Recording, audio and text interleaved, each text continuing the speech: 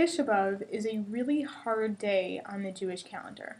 And I don't think it's just because of all the tragedies that happened on that day, but I think it's also that we have a difficult time connecting to the tragedies that happened on that day personally. We don't have a concept of what it means to have lost the temples, or even other events in Jewish history, the Spanish Inquisition, the start of World War I. We have a very hard time relating to what exactly it is that went on Tisha B'Av. So a general Jewish rule, and I think really any teaching rule, is if you have trouble relating to something directly, a really good way to try to understand it better is through a parable. So Jews love parables, and I recently heard one that I thought was a really great way to view Tisha B'Av from Mrs. Priva Pillar, who is a teacher who comes out here to Buffalo Grove. And what Mrs. Pillar said, in the name of, I think the Dubner Maggid, but I'm not exactly sure, is the following story. There was a masterful painter who would create these beautiful, beautiful, beautiful pictures, and this painter was just finishing one of his greatest masterpieces.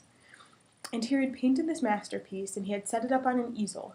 And after he had completed this painting, he wanted to take a really good look at the painting to see if it really captured the essence of what he was trying to get. So he's looking at this painting and analyzing it from up close and viewing the beauty of the painting. And obviously he wants to get the full picture as well, so he takes a few steps back and is taking another look at the picture. And a few steps, a little further back to get the full image. And his friend is looking on as this masterful painter is examining his work and admiring what his hands had created. But the friend notices that as this painter is stepping back to look at the painting, he's approaching the edge of the cliff where he had painted this beautiful masterpiece of the landscape of the view. He was now inching back to see the full picture, but was approaching the edge of this cliff.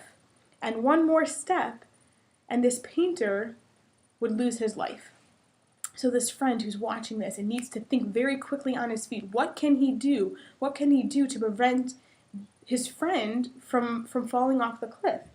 And he thinks to himself, well, I could shout his name. I could tell him, wait, stop, don't. But if I were to do that, I'm going to frighten him. And that startling will cause him to fall back. That wouldn't work. So what does he do? He tries to figure out what he can do to save his friend from taking that final step off the cliff. The friend runs towards the painting and destroys it. He goes and tears the painting. And what happens as this friend is running towards the painting and tears it?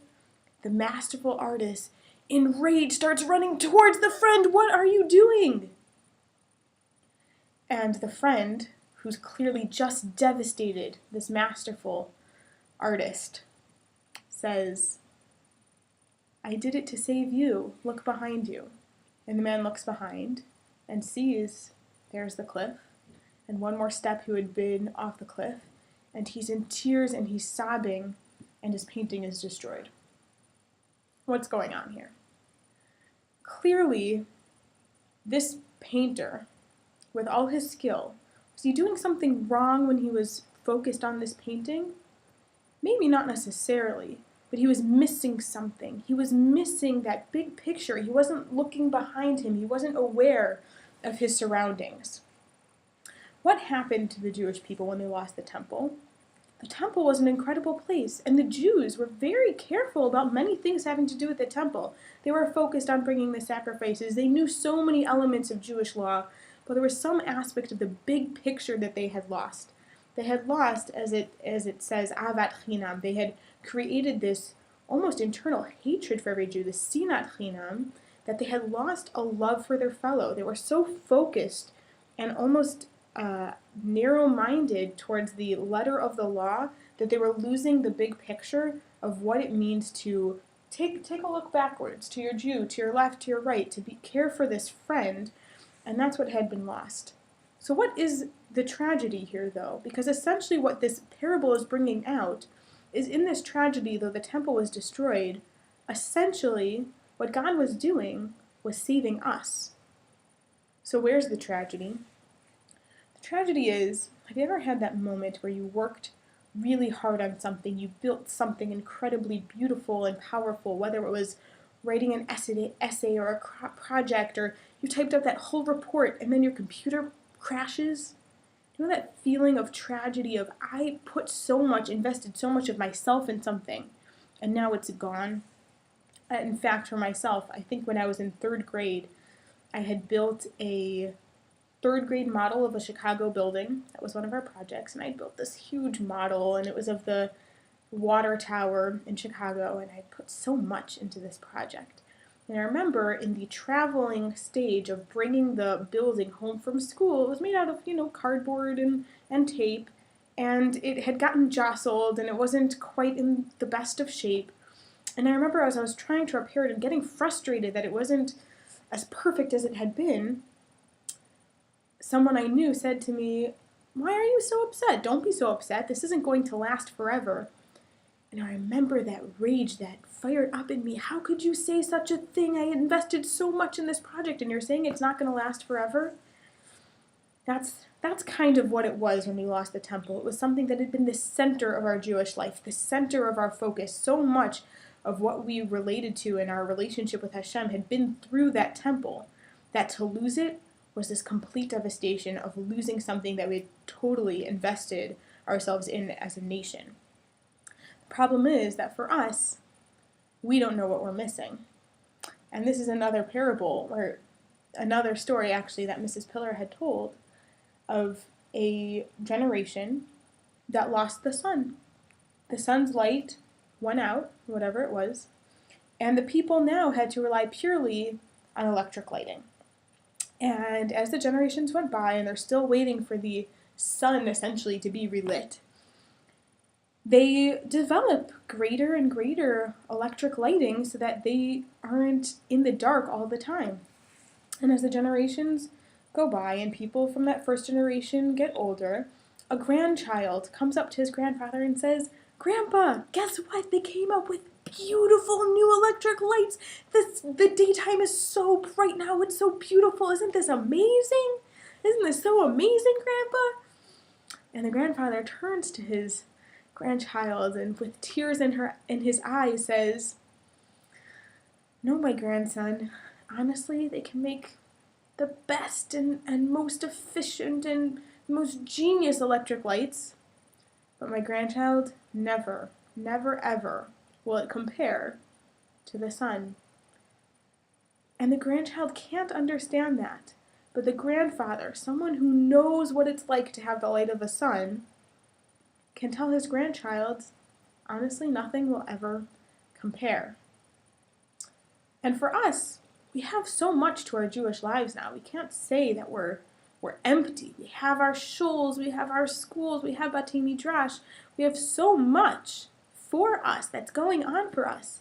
But what we won't understand is what it means to have the sun. We're missing a light that we don't know we're missing. But even though we can't fully understand what it's missing, in theory, we know how to get it back. And if you go to the very beginning of the tragedies that happened on Tisha B'Av, the first one was the sin of the spies, where the spies, who were supposed to be the ones to check out the land of Israel, to see what it's like, to come back, give the Jewish people a pep talk after their time in the desert and say, "We're almost there. We've seen the land. It's beautiful. It's gorgeous." And what do? They come back with a report that's less than ideal. And essentially, they bring back Lashon Hara about their land.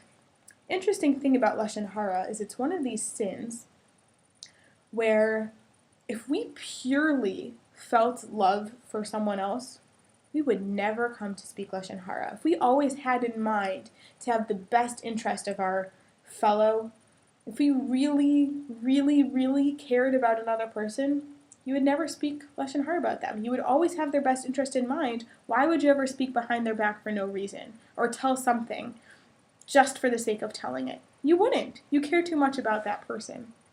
So there was something there in the seeds and the spies that was that was lacking. And as you may know from all your lessons maybe back in elementary school about bullying, it's usually not something about the victim that's blameworthy or is valid reason for a bully to tease the individual or to speak badly about them.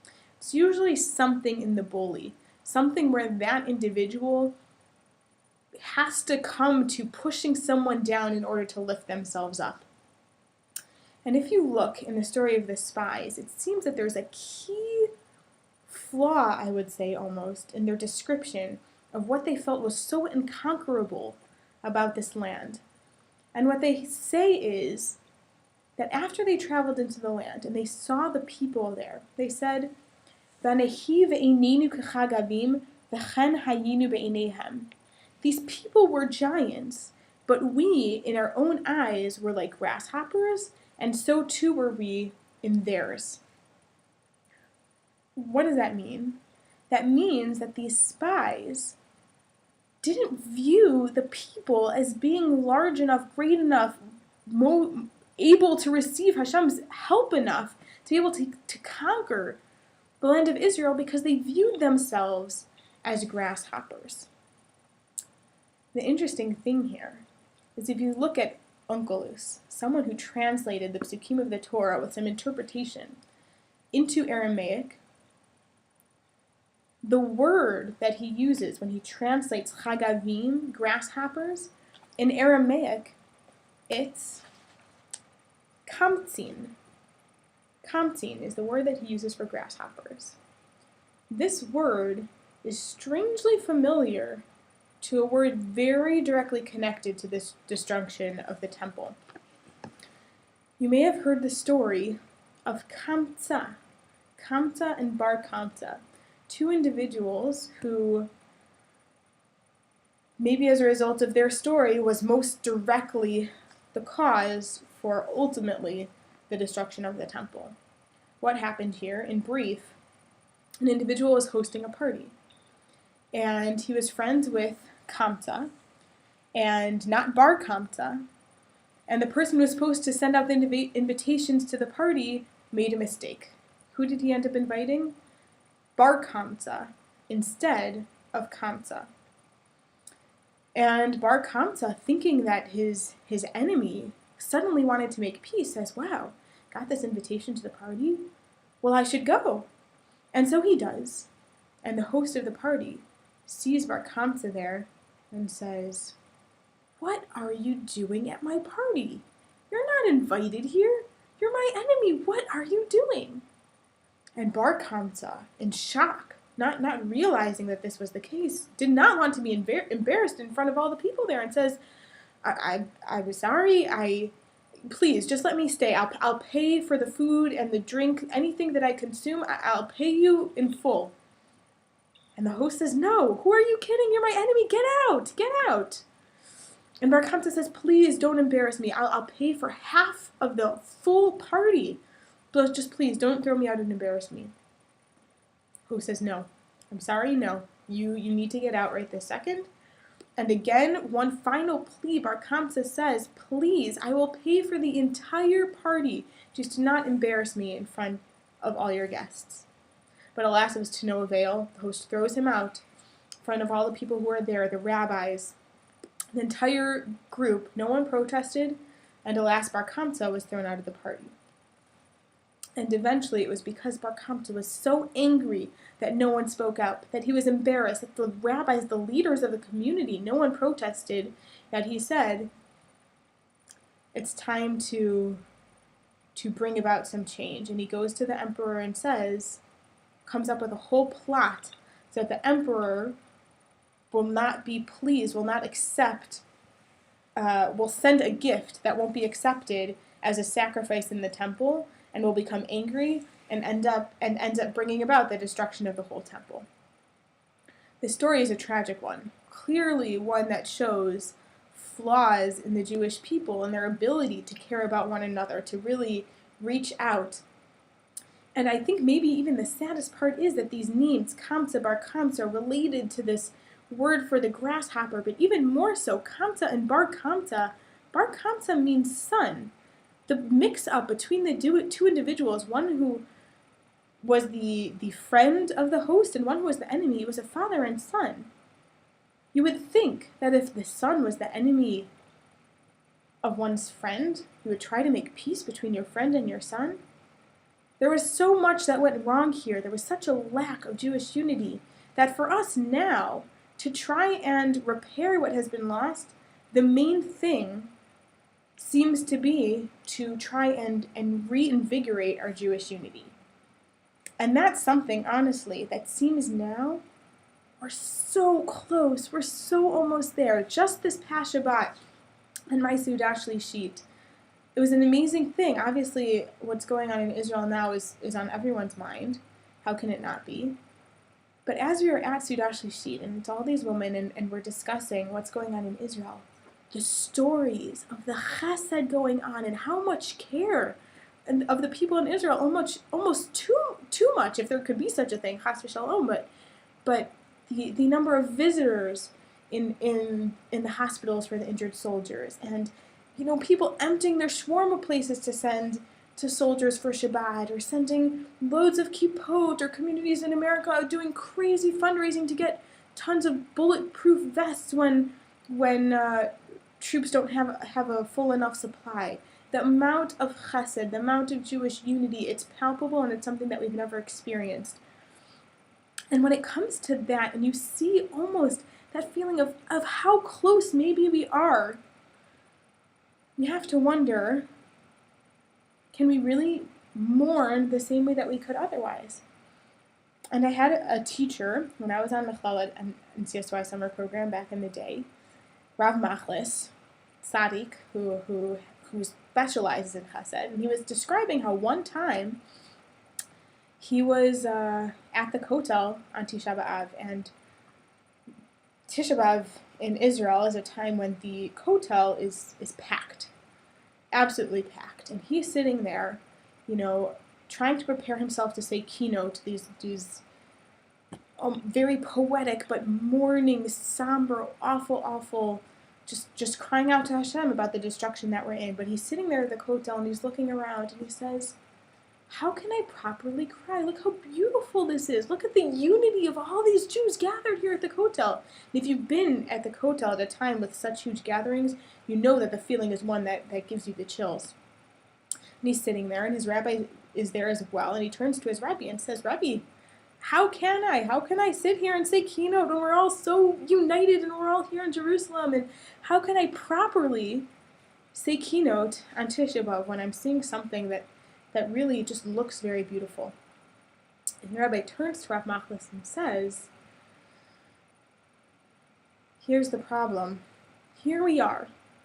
We're at Hashem's gates. We're at the Western Wall. Right behind here is where the temple is supposed to be. But we're here and we're knocking on Hashem's door, but Hashem's not opening the gates. And that is the biggest tragedy. And with that, Rav Machlis said he was able to turn to his keynote and cry. And I think now when we look at our current situation, we can be united, we can be so close, but do we believe that we can do it, that we can be that final drop in the bucket, that we can be the ones to bring Mashiach? But even more so, can we do that and not view ourselves as grasshoppers, but can we knock on Hashem's gates? Are we asking? And I think that's the biggest question. If we have the unity, if we have this togetherness that brings Hashem such nachas, what we need to do now is we need to turn our focus as a united people to knock and cry on Hashem's door and say, here we are and we're ready and we're knocking, and Hashem, what we need now is for you to open the gates.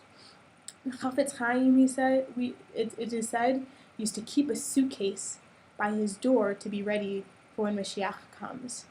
Our problem is that we have a hard time conceptualizing that Mashiach could come, that if we ask for it, it could really be.